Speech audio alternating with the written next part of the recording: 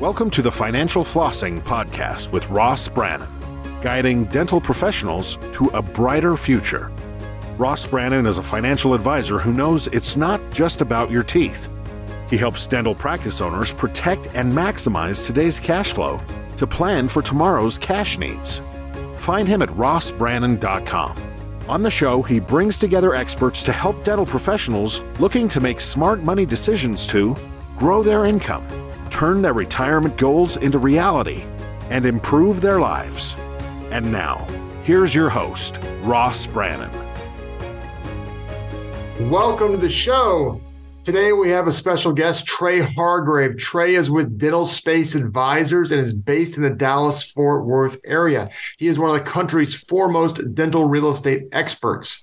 He's helped many general dentists find and secure the ideal location for their startup dental practice, as well as many pediatric dentists, orthodontists, periodontists, oral surgeons, and prosthodontists. He's helped start up dental practices in various cities across the country, including all major and minor markets throughout Texas, including Dallas, Fort Worth, Houston, Austin, San Antonio, and many others. Trey, welcome to the show. Thanks so much for having me on, Ross. Excited to be here. So obviously people can gather that you're in commercial real estate by listening to the bio, but you're not just a commercial real estate broker. So kind of tell people what you do.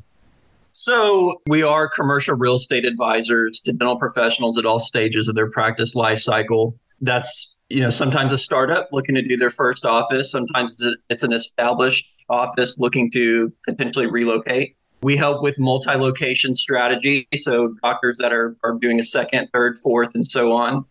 Or even doctors that are in a renewal situation, helping them through the strategy of that, whether to renew.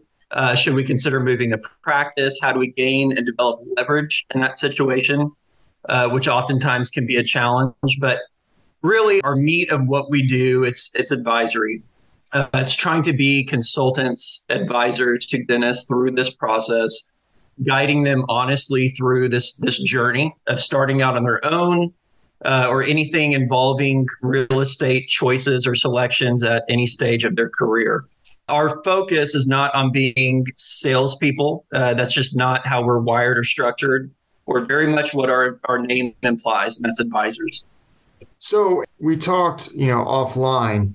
And so the way you guys approach it is vastly different and more strategic and detailed than the way a lot of commercial real estate agents deal with finding a space. Talk a little bit about how you're different, and not that they're wrong, but just how you're different in the way you approach it. Yeah, I think a lot of it comes down to, so listen, there's thousands of commercial brokers out there. In our market alone, we're based out of Texas, but headquarters is in Dallas, DFW. There's probably over 1,000 commercial brokers in DFW. And many of those would likely be competent enough to get a transaction done. Now, what we focus on is high performance results. It's high performance offices. And so it's everything that we do and the approach we take to helping making the process understandable, effective, relational, and ultimately successful for any doctor we're guiding through it. If we just have knowledge on real estate and not on the dental industry, changes in the industry, the complexity of it and where things are going, there's only such a small percentage or angle that we're approaching that client where they're not getting the full picture. We want to give them the full picture. Part of that as well, we're big on interpretation of information, trying to make it efficient, easy to understand, not to complicate the process. People are busy enough out there and overwhelmed with everything they've got on their plate. The last thing we want to do is put more on their plate to overwhelm them even further. We try to take the complexity of this process, break it down simply, make it easy to understand, and then just make sure that we're having an honest relationship with each other. It's being candid at every turn, being their checks and balances. And so I would say what someone out there wants, if they're thinking about going through the process, whether it's with someone like us or not, you want to have honest conversations with this relationship. This is a long-term relationship that you're going to enter into. The process for us, average client timeline is about 12 months, give or take. Through that process, you do develop relationships with these people, and it needs to be a good fit personality-wise. So So for us, the way our style of communication, it's the way we guide clients through the process. It's never going to be high pressure. It's never going to be a salesy approach. And if I'm putting myself in the doctor's shoes, that's the last thing I want. I don't want someone who's trying to sell me on something. So we're not going to be coming in using sensational, approach. We're going to be very honest. We're going to be very direct. We're going to be very candid, but ultimately in an advisory posture. That's what we're about. Yeah, it's a lot more than, hey, I saw this sign on the space available. Can I get in there? It's a lot more than a lot of people realize. Talk about, some of the issues, whether it's like, how important the location is, and like for, whether it's like, hey, you want to be in a strip center. Well, actually, you'd rather be in a medical office complex, or, the demographics of a location. Like you could have the best demographics, but if your access is not very good, it's gonna really have a negative effect on everything. Well, and that's a good point. So I'll break that down into two answers. So that starting with the second, location obviously is very important. Demographics is a validator in many ways to that. Now, everybody out there from a commercial real estate platform provides demographics. And doctors, I think, are told entering into this process how critical getting demographics and competition data are. Now, the difference is, instead of just throwing out a report to you of 50 pages with a lot of random numbers without any context, zero interpretation, and very little direction, at the end of the day, those are just numbers. What really it comes down to a collaborative approach, someone who's guiding you through, that has the knowledge, the expertise, but is able to break that down and interpret it and give them direction to have that then take you on a path towards hopefully what is the targeted ideal location. You'll see a lot of these brokers out there that they'll, think more is better. It's quantity, not quality. So they'll send this huge report trying to impress a doctor. The doctor gets this and says, okay, looks great, but I have no idea what to do with this. I don't know how to interpret these numbers or how this leads me into the direction I need to go for the location I want to choose. For us, it's about balancing that approach. It's taking these numbers, it's making it very easy to understand. Our visual presentation, we do a lot of infographics. The last thing I want to do is send a 20-page report of a bunch of random numbers and have a doctor be more confused than they were before they got it. So having a visual presentation of the data, easy to understand, only the key relevant information that they really need to know. And that's dental specific. That's what's important. And then it's giving interpretation and direction to that. It's having conversations about it, making sure they understand it. Even on the competition ratio. Let me interrupt you. You said that's dental specific because, you could be, a lot of times people will say medical and dental are the same thing. And there's obviously a lot of overlapping. But if you're an oncologist, it doesn't really matter what your ingress egress is. It doesn't really matter what the demographics are. If someone has cancer, they're going to the oncologist. Versus a dentist, it's got to be a little more customer patient focused versus a medical scenario in many cases. Am I right? It is. I mean, the reality is, and there's different ways to look at this, but you're a community-based practice. You're not an impulsive destination like a restaurant would be. So it's how you build that presence. It's what the community around you reflects and how that fits the goals of the type of practice you want to have. And all of that is validated in many ways by the demographics and the data. But it's got to be a collaborative approach. You have to have honest conversations with whoever the advisor is you're working with about what's behind those numbers. So for instance, I'll give an example. If I sent you a location and it had a dentist to population ratio, meaning the number of dental providers in that area in relation to the amount of population density, that said over 1 per 3,000, meaning one dentist per 3,000 people serving that area, that would be considered a very good ratio. Historically, we like to look at anything over 1 per 2,000. Now, there's a lot more to that. If you go out to that site and you see 5 dentists across the street, let's say 3 are major DSOs, which are extremely aggressive on marketing, and then 2 are large established private practices. I don't care how strong that ratio is of 1 per 3,000, it feels competitive. And we need to understand who these competitors are, how your space compares to them, and how you're going to be positioned as the new dentist coming into a situation of pretty strong competition around you. So even within that data, it's having these conversations. It's guiding each other through this where We're giving you an honest assessment of that. Even if the data says this could be favorable, will it be? Will it be favorable? And then even in that, it's getting the relevant data. Is a 3-mile radial analysis an appropriate evaluation of the competition for that location? Or is there a trade area? Are there artificial boundaries that 3 miles not really taking into account, where it's not really reflecting the true accurate picture where you're drawing patients from? Those are conversations we want to have. What is relevant? What makes sense? And what's the best approach to evaluating this location for your new practice? Now, going back real quick to the first, retail versus medical office, we get this all the time.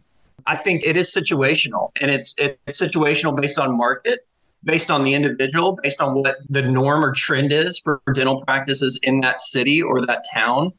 For instance, for Texas, the major metroplexes, retail is a big deal right now. The consumer expects convenience, and convenience is oftentimes found in retail. Now, does that mean you have to go retail? Absolutely not. There's some doctors that, from a professional image, just have a really tough time picturing themselves going into a retail environment. And I totally get that. Aesthetically, professionally, there's a lot to be desired about a medical office or a professional office setting. Well, but what you really have to understand, or you have to think about, is, okay, based on the type of dentistry you want to practice, based on the profile of the patient you want to attract, and the overall impression you're going for, aside from the attributes everybody wants, like visibility, accessibility, signage, all that, are you the strip center dentist or not? Would you be comfortable with a liquor store or a CBD shop coming in? And if they do, how does that impact your impression for patients? Those are questions a doctor has to ask personally. Now, you're still balancing that with what everybody else in the market's doing. If you're the only dentist on the block and there's 15 other practices that are all in these high visibility, high profile retail strip centers, and you're the one who's hidden and tucked back off the street, you need to understand how that's going to impact your ability to draw patients in the door locating in that type of situation. Well, in the strip center thing, you also have to take into account, do you want to own? Because there's never an opportunity, rarely is there an opportunity to own if you're in the retail center versus if you're in a medical office, you can own. Which is true. And there's long-term goals that play into that. If you have aspirations to grow into a multi-location practice, freeing up capital where you're leasing in a retail environment, starting out and then going and growing it to second, third, fourth, that has to be consideration versus tying up capital in one location in a building that you own and practice out of. What do you see as the biggest mistake dentists make when it comes to real estate? I think it's when they get caught up and focused on singular items instead of looking at the big picture. To give examples of that, I've had clients where their preference or their ideal practice is high-end dentistry. It's laser dentistry, cosmetic, a higher income patient. And they've ultimately pursued a real estate location that was cheap rent. Or it was, let's say, a former dental office where they had blinders on because they were seeing several $100,000 of cost savings, which I don't blame them. I like deals as well, but that's what they pursued. And it's because they were looking at savings, or they were looking at how much allowance the landlord was willing to give, or something blingy, instead of really the big picture of, okay, does this location fit the type of dentistry I want to practice, the type of patient I want to draw in? And is there a connection of both? So to give an example of what I was just talking about, I've had doctors that have gone into what I would call a demographic that's kind of more your Honda Accord or Honda Civic community, which there's nothing wrong with. I drove a Honda Accord for a long time. But if you're trying to practice in a Rolls Royce type practice environment, and those are the treatments you want to do, it's going to be really tough to make the connection to that community because that's not the fit. And that's what I see where people jump into mistakes. It's where they have singular focus that dictates their decision on where they ultimately locate. And it's not a long-term fit with what their goals and objectives really were getting started. And saving money on the front end will end up costing you money, typically a multiple of what you saved. It will cost you over the long haul, even if that means having to move spaces or your revenue's down, because moving is not inexpensive, I'm assuming. It's not. And dentists are usually long-term occupants. They have one of the longest average occupancies of any other business out there. And a lot of the reason is the investment they put into the space. But I think beyond any of that, what it comes down to is, where do you see yourself having a successful practice? What's the best opportunity to achieve that? And does that practice location fit the type of dentistry you want to do? That's what it has to be about. This is all about growing a successful practice. Real estate is supportive of that, but it's secondary at the end of the day. So whether you lease it or you own it, that decision is secondary to where can I go and have the most successful practice starting out. So what type of things can a dentist get from a landlord that they're usually not aware of, that working with someone like you, you're able to kind of help negotiate those things? So there's positives that we certainly will get, and then there's negatives or there's pitfalls that we help avoid. And it's all about trying to mitigate that risk and surprise and then maximize their success. So specifics, I'll start with some of the negatives. In the past couple of weeks, I've had leases where the landlord has been adamant on retaining a percentage of the practice sale. So when the doctor goes to sell their practice, they want to retain the percentage of the consideration of the actual practice sale. Wow. You can imagine how crazy that is. If it's $1 million practice and landlord sets to gain, $200,000 from it, it's crazy. And there's landlords out there doing that, and they're sliding these in or slipping these into leases. And you could have an unsuspecting doctor that agrees to that unknowingly. And what do you know? When it comes time to assign their lease under a practice sale, the landlord has claims to 20% of that practice, of the practice valuation. We see, there's a pitfall of stuff. Something that happens quite a bit in existing spaces that are older buildings is asbestos. It's hazardous material. Doctors that are can of worms. And it is opening up a can of worms, and that could be a $10,000 to $20,000 remediation cost. And so if you don't know to ask for that and to get landlord to pay for it, that's at your expense, and it's being tacked on to everything else you're paying for. What we have a lot here in DFW and in Texas in general, it's because we're developing at such a high rate. There's things called road impact fees, change of use fees. And these impact fees could be, I just had one the other day, $45,000. You usually see that in developments, but now you're seeing it in leases? These are being transferred from the landlord to the tenant because what these landlords are doing is trying to get any approach to pass through cost to the tenant in every single situation. And so when they're going to develop these sites, they're looking at their cost basis in the deal. And they're also looking at what could we transfer or delay a cost that we would naturally incur and pass that on to the tenant. One way of doing that is in the form of impact fees or change of use fees. Instead of making dental an approved use in a new building, they make it general retail, and they pass that cost through to the tenant when they go to submit permits. So we just had a client that had a landlord send them a $45,000 bill last week for an impact fee that they should have been responsible for. Now, fortunately, that was an item that we're always sensitive to in the lease review, and we had it as a landlord responsibility. So they were not happy or pleased when we went back, referenced that language and said, hey, this is actually your $45,000 bill.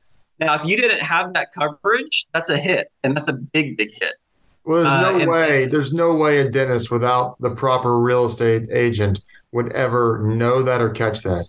Well, and again, it's about checks and balances. It's having a good attorney. It's having a good real estate broker, because they don't compete. They're collaborative with each other, and they check and balance each other's review. Your broker should be looking heavily from a business and an economic perspective, and that's all items of the business. Not just the economics of the deal, but your attorney obviously is going to have more legal focus. So there's a lot of avenues that you're not going to be necessarily verged on, that you need to have a team approach to make sure that you're mitigating that risk. So what you're telling me is the real estate industry has evolved from triple net leases to quadruple net leases now. It can. And these management fees, you need to make sure you understand how those are being detailed within the lease document. Because they can, if it's open-ended, they can technically charge whatever they want for property management if you don't have a cap or a limit to how much those can increase or how much they can be. Yeah. Yeah, that's absolutely fascinating. So what do you see out there with the real estate market slowing down and interest rates going up? What do you see out in the commercial market right now? So commercial hasn't At least, and again, I'm always hesitant to speak generally because each market across the country is different. And we do work within different markets throughout the country, but our main focus is Texas. Texas has not incurred a slowdown on commercial real estate.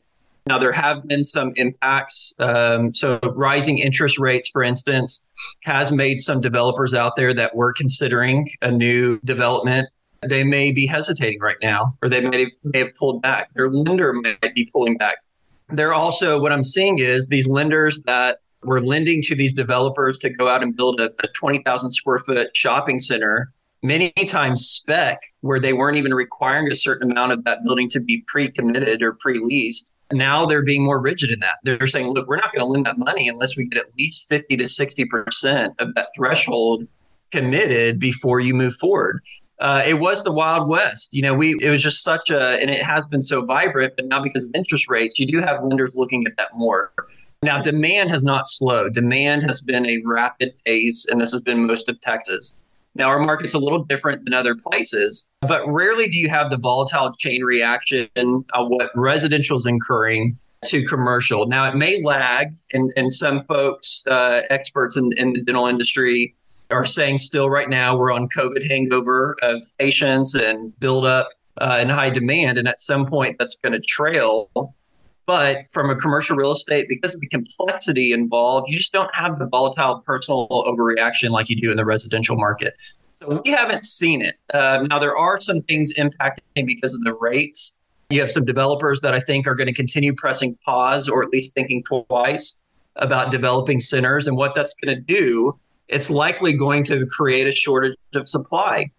We already are undersupplied in terms of product, commercial real estate product here in Texas compared to the level of demand. There's a lot of demand, and that demand has stayed high. Occupancy rates have been at near historic highs. We're close to 96 to 97% in most of the major metroplexes across Texas. So you have very little vacancy, but you have very little product coming online on the market. That demand has stayed at a very, very high point. So it is going to be interesting if you have developers pressing pause on new development, given that demand seemingly is not slowing down. What do you see, or maybe a better way to say this is, when should a dentist consider buying versus leasing, and when should they consider leasing versus buying? So if this were in a vacuum, if everything else was equal and the opportunity was equal, buying is always going to be attractive. The thought of ownership, of equity, building your own legacy, the flexibility that can allow you, not only in your occupancy there, but also when it comes time to sell it, you can be the landlord at that point. There's a lot of attraction to that. Tax incentives. Now, it does come with a cost. You're tying up more capital. And as a startup dentist, that can be scary. When you go in with that cost basis where you don't have a single patient guaranteed to come through the door, it's a large capital investment to make. And that's why a lot of times who we will see buy condos or buy real estate will be an established practice. They've already built up a patient base.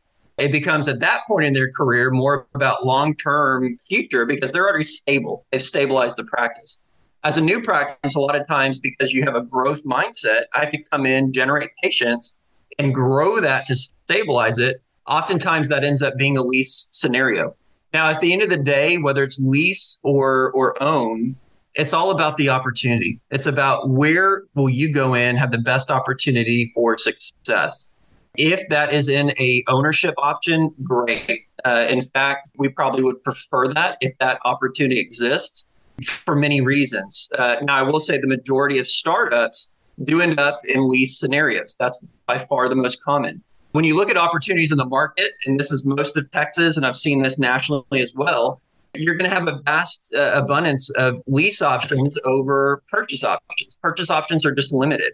A lot in commercial real estate is sold as investment, meaning if they put it on the market, it's oftentimes 100% leased or occupied property that they're selling nationally as an investment opportunity. So usually you're just not going to have an abundance of ownership opportunities in commercial real estate. Most are going to be lease.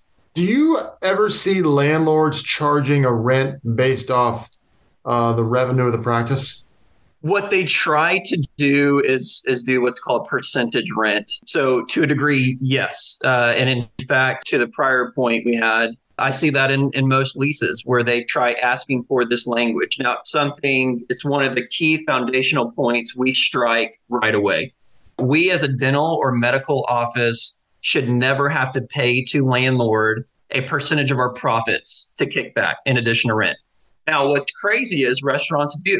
It's very common in most restaurant leases here in Texas. Retail does too, a lot of times. And retail will too. And so what that means to the viewers, this restaurant going in that's paying their base rent and they're paying their expenses, their triple nets to a landlord. And then in addition to that, they're paying a percentage of their profits over an established break-even point back to the landlord. So landlord is actually benefiting from their business doing well because they're receiving a portion of those profits. That could even be in addition to paying for the patio space as well. Those aren't free. Patios are not free. So they're paying that too. So you look at these restaurants and retailers and the volatility of closures on that. But then you look at the margins and the landlords are not helping their factor. But for dentists, it should never be something you agree to in your lease where you're paying a percentage of your profits of the practice back to the building owner. Should not happen. So if someone wanted to work with you, what does that process look like? So it starts with an initial conversation, whether that be a coffee, a Zoom call, face to face. But it's really us finding more out about you, finding out about your situation, your background. I love hearing people's stories. That's my favorite part of what we do is hearing individual stories. And you'll see that those are always different. So it's finding out their goals and objectives, finding out what their long-term goals are or short-term goals. And then we go high level of, okay, here's the process. Here's how we can get started together. But for us, we like to take a targeted approach. So the more detail and the more collaboration we can have on the front end, the better the results on the back end. We're not quick to rush into the process because there is a lot to it.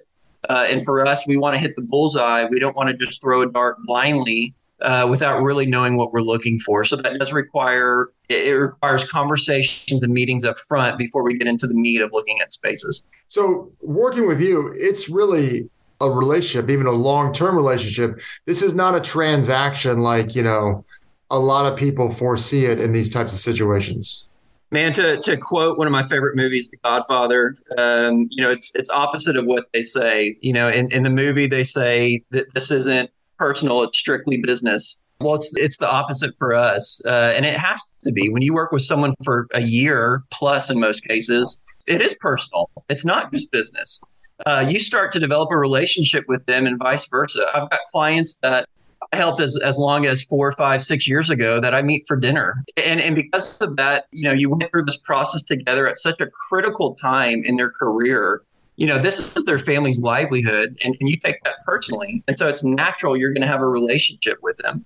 I'll see some people in sales that have a 30-minute sales process and boom, it's on to the next one. And, naturally, because of the process, you're just not going to have a relational aspect to that. But it is very different in this process. It's just such a long, extensive timeline that it's natural to develop a relationship with the folks that you work with.